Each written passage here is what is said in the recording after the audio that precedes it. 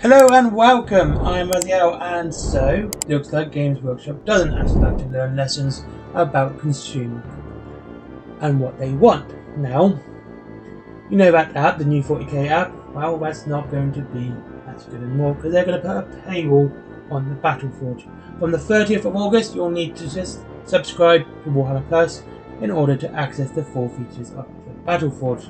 The other tools in the app will remain free, and it will continue as an excellent reference for most up-to-date rules for Warhammer 40k. The index data sheets, I'm going to come to that in a second, combat patrol rules, cool rules, references, will remain accessible even without a subscription. Okay?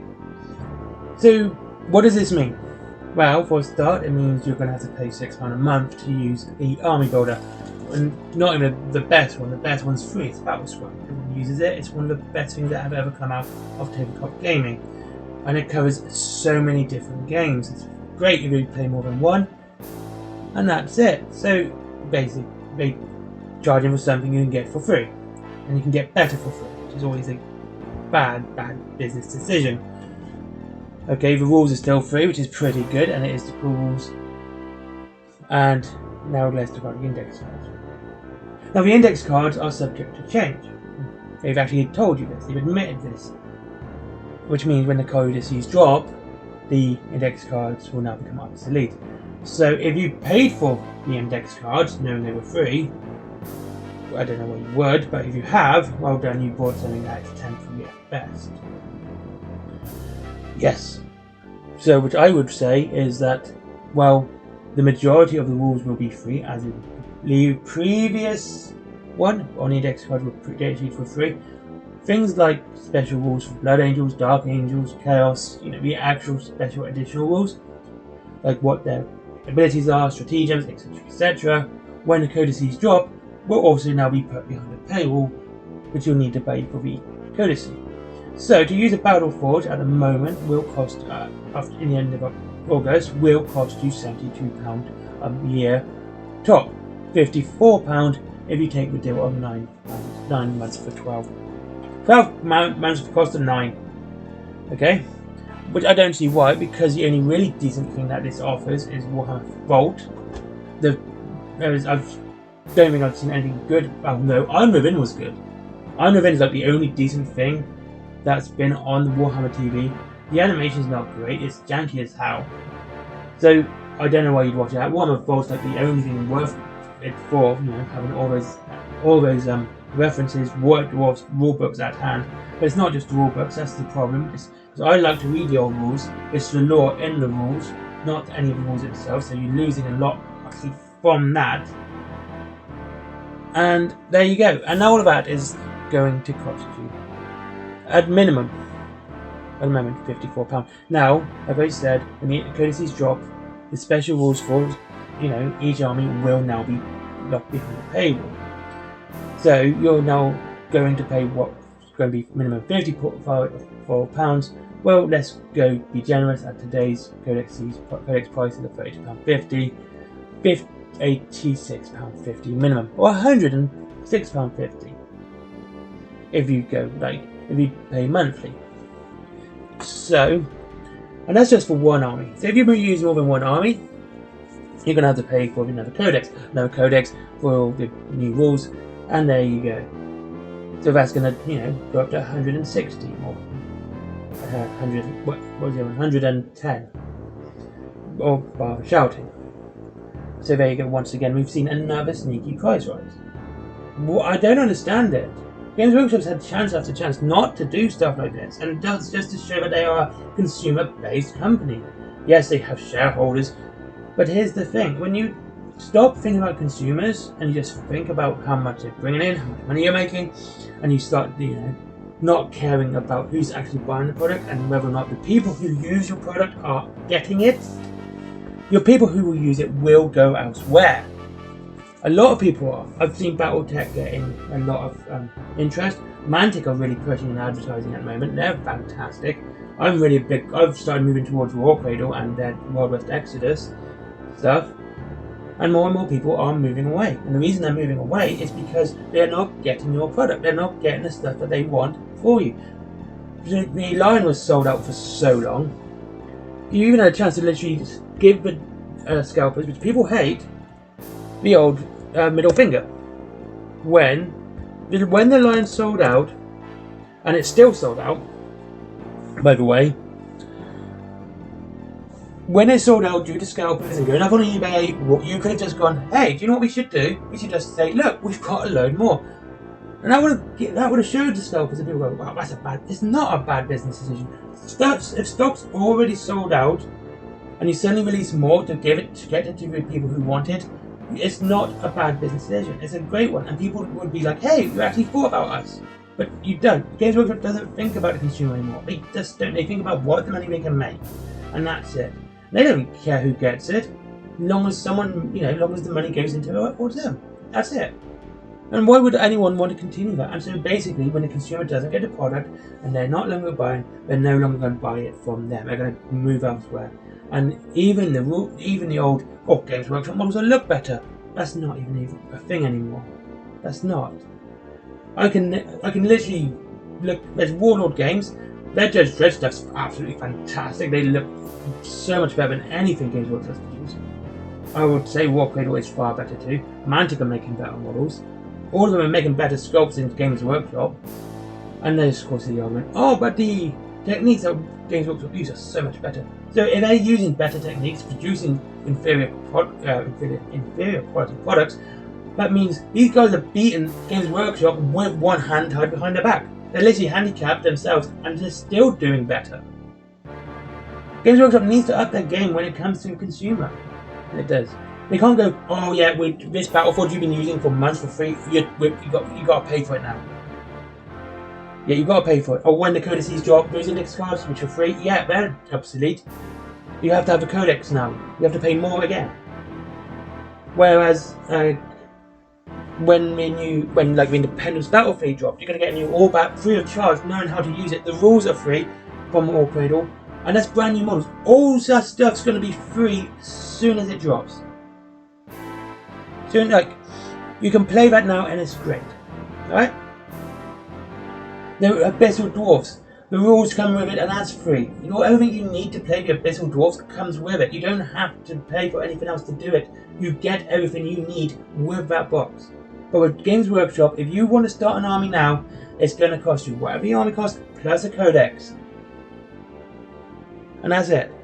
Play any other game, it's going to cost you what it costs. What you see is that's it. You're not going to be charged an arm and leg. And that's the other thing. The price of the Games Workshop models are not equal to what they're worth. They look good. I'll give them that. But why the hell are you going to pay 40 odd quid for one model? One soldier. Like he's £42.50. And it's not a great big one. He's reasonable size. I wouldn't even say reasonable size. It's about the size of a Dreadnought, I think. They're not great big. It's not that huge. It's nothing compared to a Demon Commander. But we'll get to that in a second. Or £42.50. Where something like that's such a fun model. The half-breed, Abyssal Dwarf Lord on a half-breed. That is a fantastic model for 40 quid, and it's so much bigger. It looks better. It looks like a fun model. And there you go. And not only that, you got Lionel Johnson for Horus Heresy, £100. Why would you even pay that when you can buy him for £42.50? It's this disconnect between what they can sell and at what price. And when people are starting to go, yeah, we had enough. I'm always questioning myself when I see people defending it. What's going to be the point where you break? What's going to be the one they go, you know what, I'm just done with this. I just can't be bothered anymore. This is too much.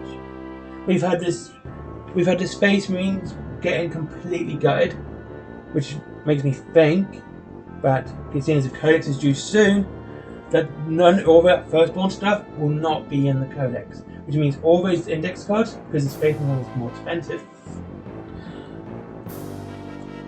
is going to be absolutely, £15. The Space Marine one was more expensive. That one and the Necron one was more expensive at 15 quid. And apparently the Tyrant one is sold out, but the Space Marine isn't. You can email and get updates.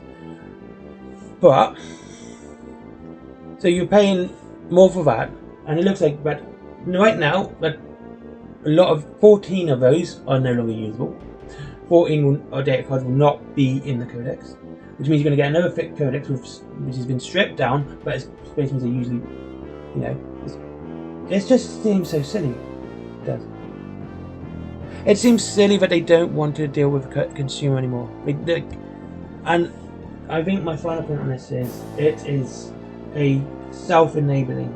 It is because the big people who speak about games are going to say nice things. They're going to see pleasant things. They're going to say all the things that Games Workshop wants to say, but they can't. We've got these people to say it for them with the promise of free plastic.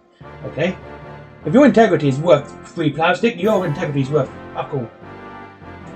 It is absolutely nothing. It's not worth a damn. Honestly, right now, if I see anyone going, "Oh, I got this free from Games Workshop," I'm like, "Yeah, I'm not watching this. I'm not watching it. I'm not going to." And if I say the same and you do the same to me, I absolutely agree with it. But I won't give my integrity away for free. I won't do it. Anytime anything's given to me to review, it is always on the position that I will say what I want to say. It will never be under the set position that you are telling me what to say. I will say what I want to say. If I don't like something, I will not tell you. I will tell you I do not like it. So when I see any YouTuber, especially keep Screws versus Bruce, Screws and Bruce, when they say, "Oh, we got this in with GW," and I've read their reviews, and they're always so bad. They're badly written reviews because they say nothing. They say nothing about it. They don't say what's what. They don't give you any sort of objective to be. "Oh, these rules are really good. Why are they good? Oh, look at the strength of them. Okay, why is he so strong? Why is that a good rule? Why is that, you know, like when if I was to talk about a codex, my codex would be, one of the present codex would be like, this book is, let's take the World 8 one. The World 8 codex is 88 pages. It costs £32.50. My first argument against that is £88. It's an 88 page book at £32.50. The Space War supplement is also 88 pages, and that is £17. Straight away, I know it's not worth the money. There's more data sheets in Space Wars, so there you go. Comparatively to a different book, which is equal in volume and probably use, it is not worth as much.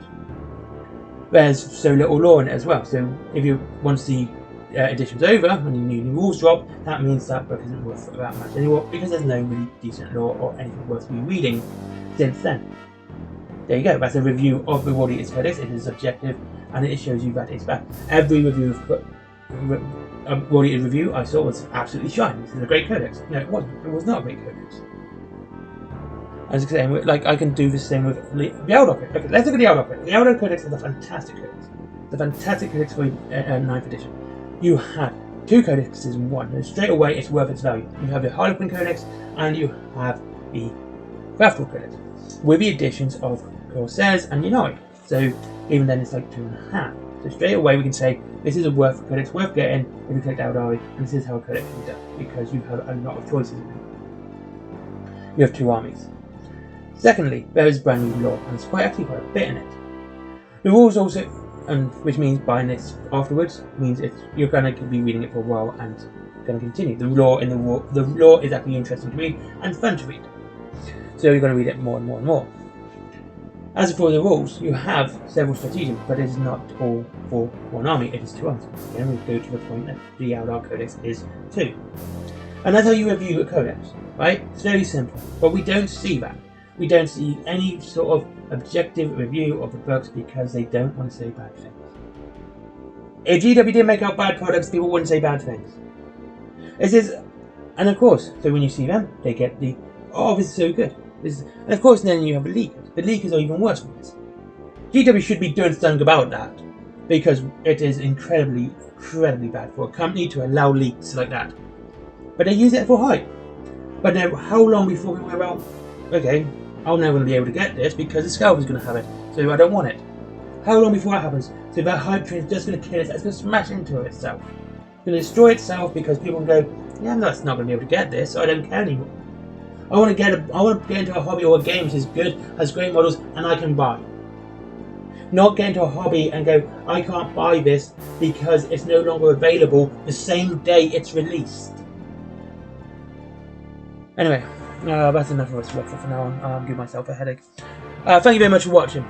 See you all soon.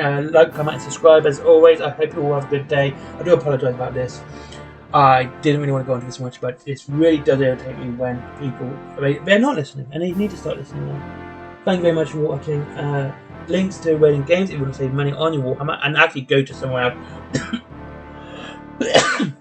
Actually go to a company that does listen, and is very, very active in the community. I've got to give War Cradle and War Cradle, they're very active in the community. They are. Of course, there's Foreign Planet, my comics, and my merchandise, and my Patreon. As always, buy yourself something nice, don't just give me money. I would appreciate it, but I'd rather you treat yourself. Bye bye.